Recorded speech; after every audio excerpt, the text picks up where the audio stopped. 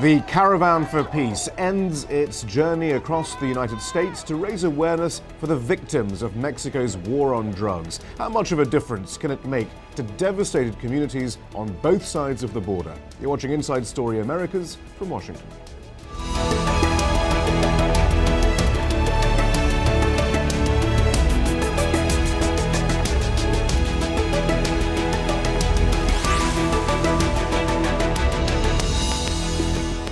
Hello, I'm Javier Sicilia, and welcome to Washington, D.C., the final stop of the Caravan of Peace, a group of Mexicans bereaved over that country's war on drugs, led by the poet Javier Sicilia. They're trying to raise awareness of what they say is a catastrophe occurring across the border. Their journey has taken them right across the United States, from San Diego and Los Angeles and California, through the states along the border with Mexico, and up through Chicago and New York to Washington, D.C. Mexican President Felipe Calderon's war on drugs has had devastating consequences, with some estimates as high as 60,000 to 70,000 people killed. But those who are members of this caravan say it's policies on both sides of the border that's contributing to the carnage. And they have several policy proposals that they're pushing forward.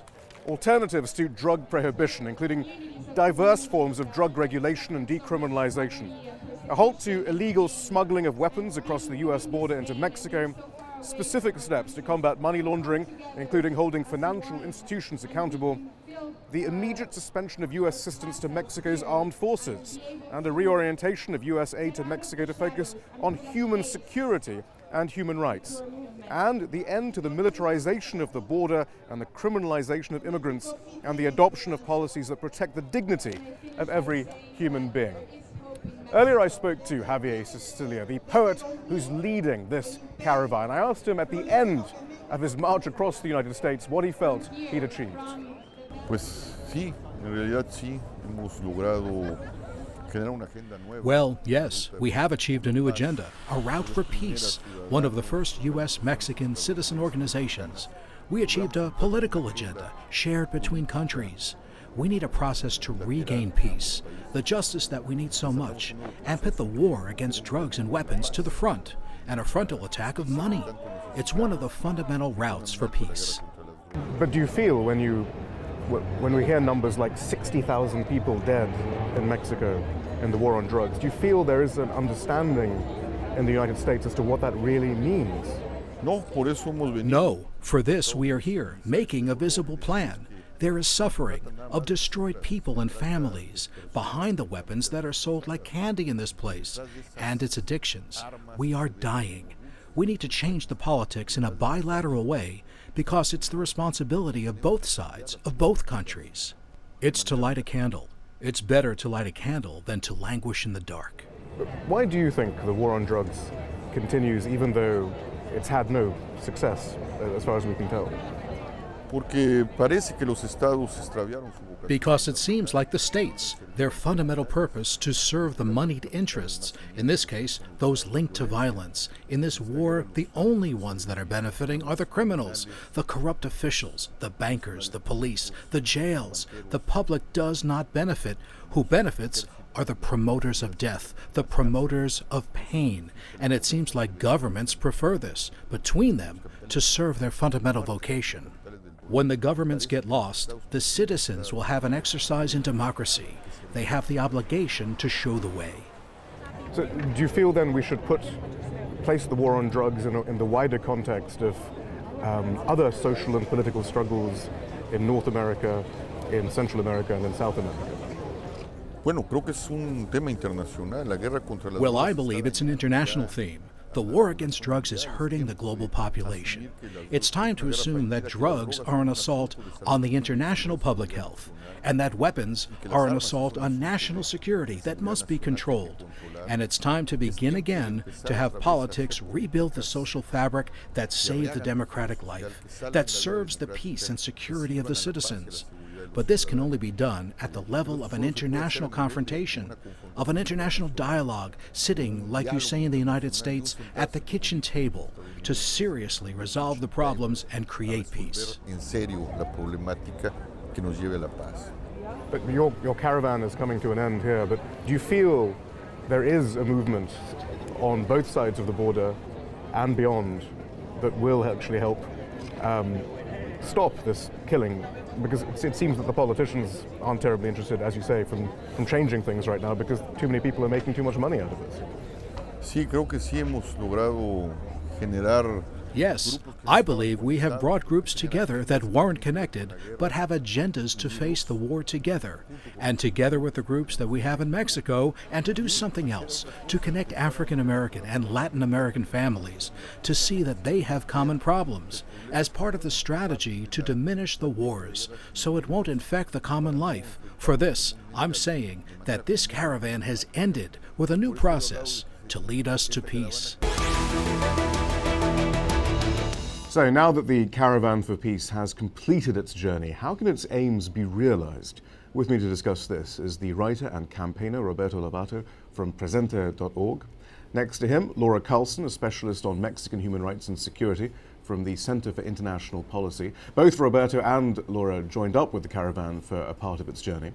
And finally, Sanho Tree, director of the Drug Policy Project from the Institute for Policy Studies. Laura, first of all, though, tell us a bit more about Javier Sicilia and the origins of this caravan that has now made its appearance on this side of the border, but what was its influence and impact in Mexico? Well, of course, it began a year ago, March, when Javier Sicilia's son was brutally murdered.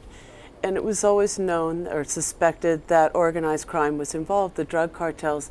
But what Javier Sicilia did was something extraordinary. He took his renown as a poet and he came directly out and blamed the government for the death of his son. He said, even though it's organized crime that actually killed him, the fact that this drug war has been launched and takes out kingpins and has caused so much violence between these organized crime groups is really the indirect reason that my son was killed. And he began this movement. And many people, there'd been precedents. There'd been a no more bloodshed movement. Many people were beginning to doubt the model already.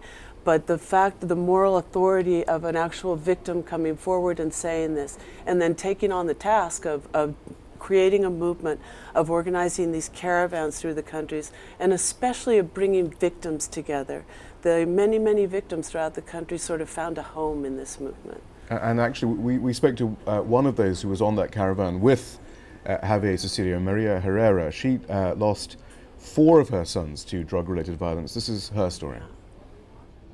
28 de agosto del 2008. In August of 2008, in an attack by armed fighters, they made my sons disappear to somewhere and another 5 youths with them. They went to work and my sons didn't return.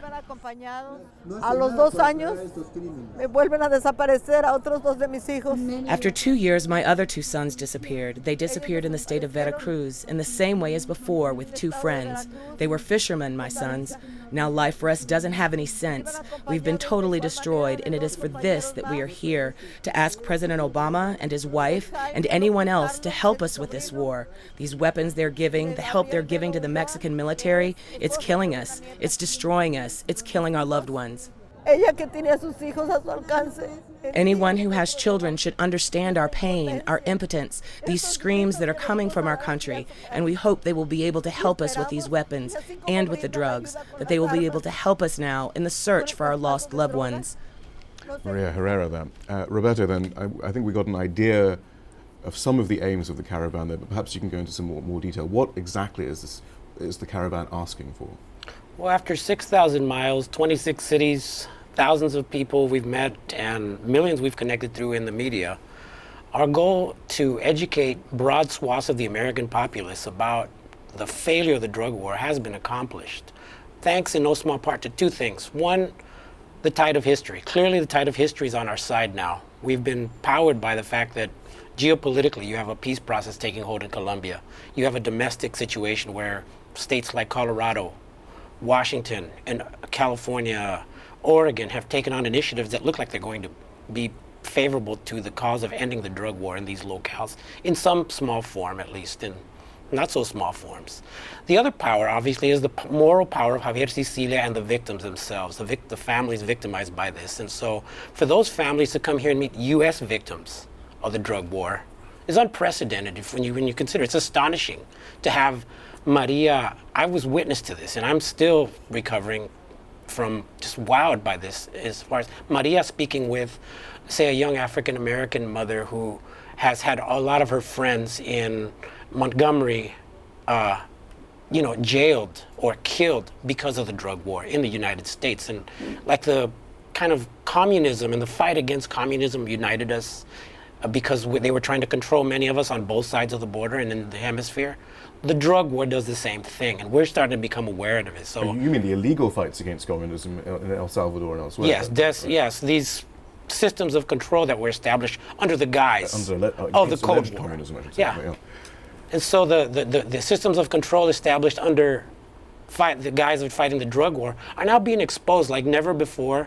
They're being exposed bilingually, binationally, and with a binational agenda, like what you described in the earlier part of the introduction to our show. Sanho Tree, I mean, you've been observing the drug war and these policy arguments in Washington for years now. Are you seeing a fundamental change? Yeah, I think we're very close to a tipping point, certainly with regard to cannabis. And then once that's legalized in several states, I think that opens up a lot of political space. People will see that the sky hasn't fallen, and that it will lead to more sensible policies with regard to other drugs as well. Particularly in Washington State and Colorado, the most recent polls are quite stunning. Yesterday, a poll came out that the initiative to legalize and tax marijuana for adult consumption recreationally was 27 points ahead. Less than 2 months before an election, any politician would die. It would be the envy of any politician to be that far ahead in the polls. It was also endorsed by the Children's Alliance in Seattle yesterday, which is an umbrella group of more than 100 civic organizations, including Catholic charity groups and whatnot. And they did it on behalf of children, because the drug war and drug prohibition has caused so much harm, both in terms of violence and a disproportionate impact on communities of color and poor communities. People are now pushing back in ways that are unprecedented. It's interesting to hear, Roberto, you talking about then this outreach to African American communities in the U.S. from south of the border. And of course, arguably African American communities are suffering the most under the U.S. war on drugs. Far more likely to be stopped, searched, incarcerated, even though whites statistically as or more likely to be dealing or using drugs. Traditionally, there's a perception that those sorts of relationships, those sorts of linkages have been difficult, that African American communities with various other economic issues to be concerned about aren't necessarily very receptive to Latin American issues. Is that true? Is that a fair perception? Well, in some ways, Latin American includes African if you look at the African-descended Afro-Latinos in the U.S. and in Latin America. But that said, we have a situation in which there's a mix. You have places where there's conflict around economics in locales, and that makes news. But when we get along, which is most of the time, it doesn't. Our coalition that we built for the Caravan, which I actually was on for the entire month of it, so if I look tired, you'll excuse me. We traversed, Black America, and Black America encountered Latin America, and the conversations that we had were very intimate in many ways. Many of us have not cried so much because of what's happening in our countries back in Latin America, and because of what's happening to us in this country. And we've also, our tears dried up, and we were really inspired and motivated to work together to end this nightmare that's cost us $1 trillion since President Nixon declared it. That's jailed, so many African Americans and increasing numbers of Latinos. So if you look at Latinos, we're starting to wake up and look at what happened to the Black community with the drug war. Federal prisons are now packed with Latinos. Latinos are now the largest single group in federal prisons, in part because of failed immigration policies like the ones that President Obama jails Latinos with. In part, and increasingly because of drug policies that are failed that President Obama just seemed to be with the tide of history on.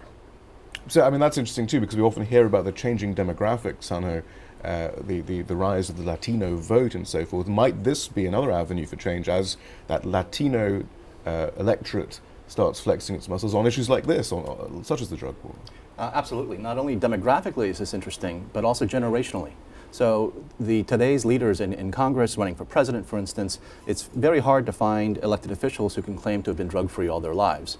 I often say that marijuana is a gateway drug. It's a gateway to becoming president. Every president since 1993 has broken our drug laws in very serious ways. Even Republicans, when you have the former Speaker of the House, Newt Gingrich, Rick Santorum, these people who've admitted to drug use in their past.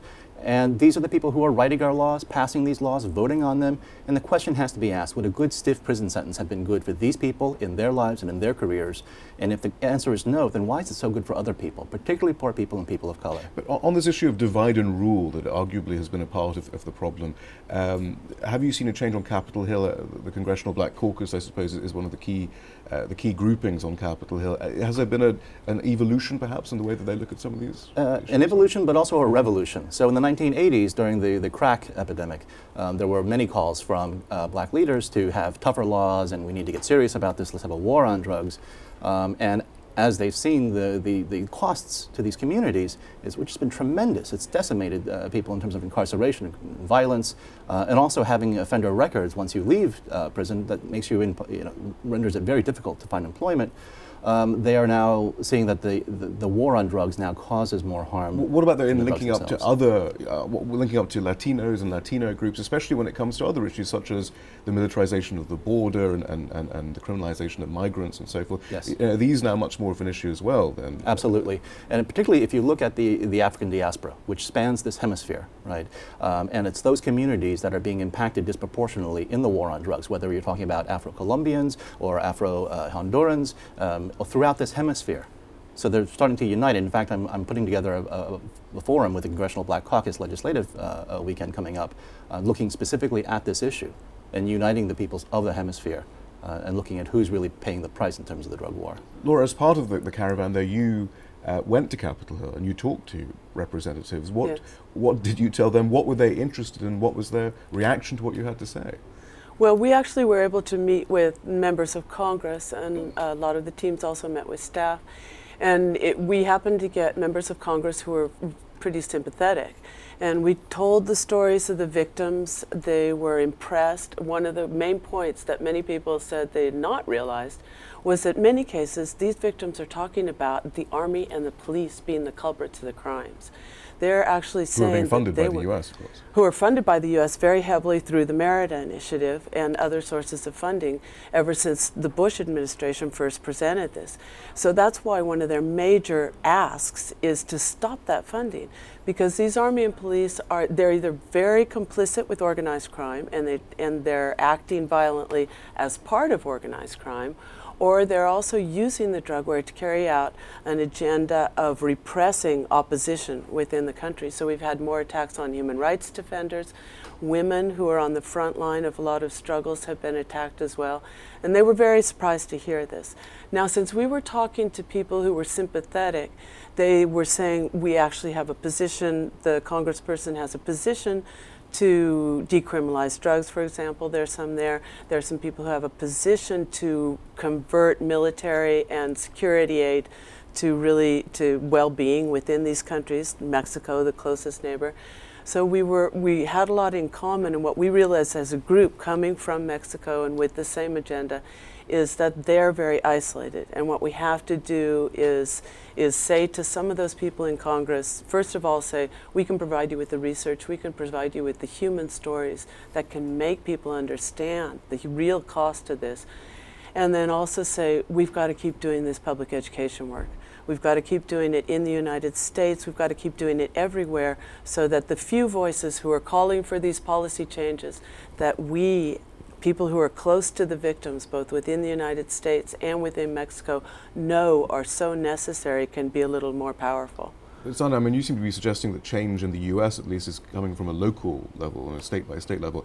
As far as some of these issues are concerned, I mean, President Obama, does he just run a mile from this sort of thing? Does he have an opinion? Is there any inkling of what might happen in a second term? Does Romney, I mean, for that matter, if Romney and Ryan are very worried about the deficit, purely, I mean, you'd think perhaps this would be on their agenda given how much is being spent on law enforcement and prisons and so forth.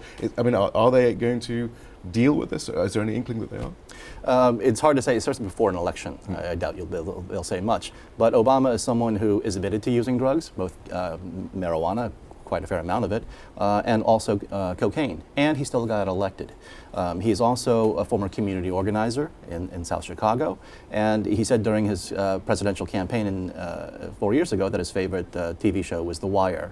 Now, if you add those things together, I think this guy understands a lot more than he's letting on. However, if you want to run for election, the problem is that the solutions to the war, to the drug problem, are very often counterintuitive. That is to say, the obvious knee-jerk solutions are usually the wrong solutions, but they have political traction. The solution for, particularly with Romney and the neocons and his advisors, their one-size-fits-all solution is get a bigger stick. But there are limits to what you can achieve through coercion, and in many cases, particularly with the issue of drug prohibition, more coercion tends to backfire. Right? The politicians see Mexico on fire. Their knee-jerk reaction is, let's throw water on the fire. Water, in this case, being military and police aid. Is that being done But if you've ever honestly? had an electrical fire or a grease fire, then you know the water's the last thing you want to throw. But are they doing, when they say, okay, well, we want to deal with this and that's how we're going to deal with it, is this an honest debate, or is it because of other issues that might be involved, from campaign financing to even the need for some kind of level of social control, perhaps, I think amongst poorer communities? Who knows? I think a lot of it is political, and it's about re-election, and it's about protecting your party and not looking soft. The other party's always looking for ways to attack the opposition. On the other hand, if you look at former elected officials, people who've held high government office, who've been elected by the people and been vetted, once they're out of office and don't have to worry about re-election, suddenly you get incredibly frank and honest responses from them about how futile the drug war is. Laura? Well, I think there's real interest behind it. I think that there's enough facts that people in Congress know that this model has failed. It's been applied for 40 years. It's never worked anywhere. And so then you have to start asking, why are we keeping this up? Now Obama announces that after the Bush initiative, the Merida initiative ends in three years, that he's going to extend it indefinitely. And it's a big question, and then you begin to see that the contracts, most of the money that's spent on the Mexican drug war is spent in the United States. It's given to private contractors like Blackwater, it's given to Lockheed, Boeing for military equipment, and a lot of training that supposedly is going to improve the Mexican police and military in human rights issues. Meanwhile, they're involved in the kind of crimes we're hearing about. So in that case then, Roberto, in Latin America, you sort of alluded to this with Colombia, is there now a pragmatism? Is it no longer a left-right issue or a US sphere of influence issue, or is there now recognition that this problem has to be dealt with no matter what the US thinks? Absolutely. There's a hemispheric tide against the drug war happening. You have the right-wing president of Colombia, Santos, making statements to end the drug war. You have the president of Guatemala, ex-president and war criminal, Ernesto Zedillo of Mexico. But are they actually doing anything? I mean, are they really They're radically? producing reports. They're starting to make statements that they would never make even a few years ago. And more importantly, and most importantly, the social movements from below are very clear. And increasingly, that's what the Caravan, the beauty of the Caravan is that some of that spirit's now infusing our work here, as far as being very clear that one of the primary obstacles to freedom in our hemisphere and in our time is the drug war. It's the anti-communism of our time. And so Black, Latino, Latin American, US-based communities are becoming increasingly clear. And so that's exciting, to say the least. What about in Mexico, Laura? We have Peña Nieto coming in, your new government. Is there any inkling that he shares some of these thoughts? No, not really. I mean, there's been a fear, actually, on the part of the U.S. government that he will go back to a system of kind of making agreements with drug cartels. That's probably not even possible anymore because there's been so much fragmentation, which is a major cause of the violence.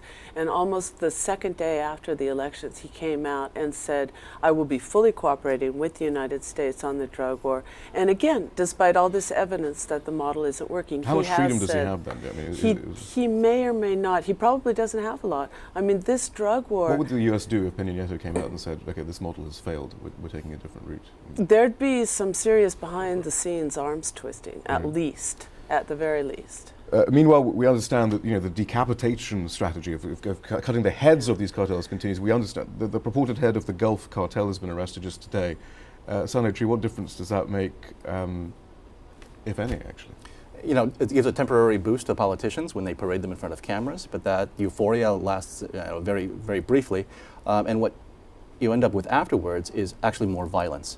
You basically create a power struggle or a vacuum that other cartels or even the lieutenants of that cartel will now fight amongst each other to gain market share, or they'll be weakened and other cartels will move in. It lowers the barrier to entry to other groups that wanted to get into that market can now do so.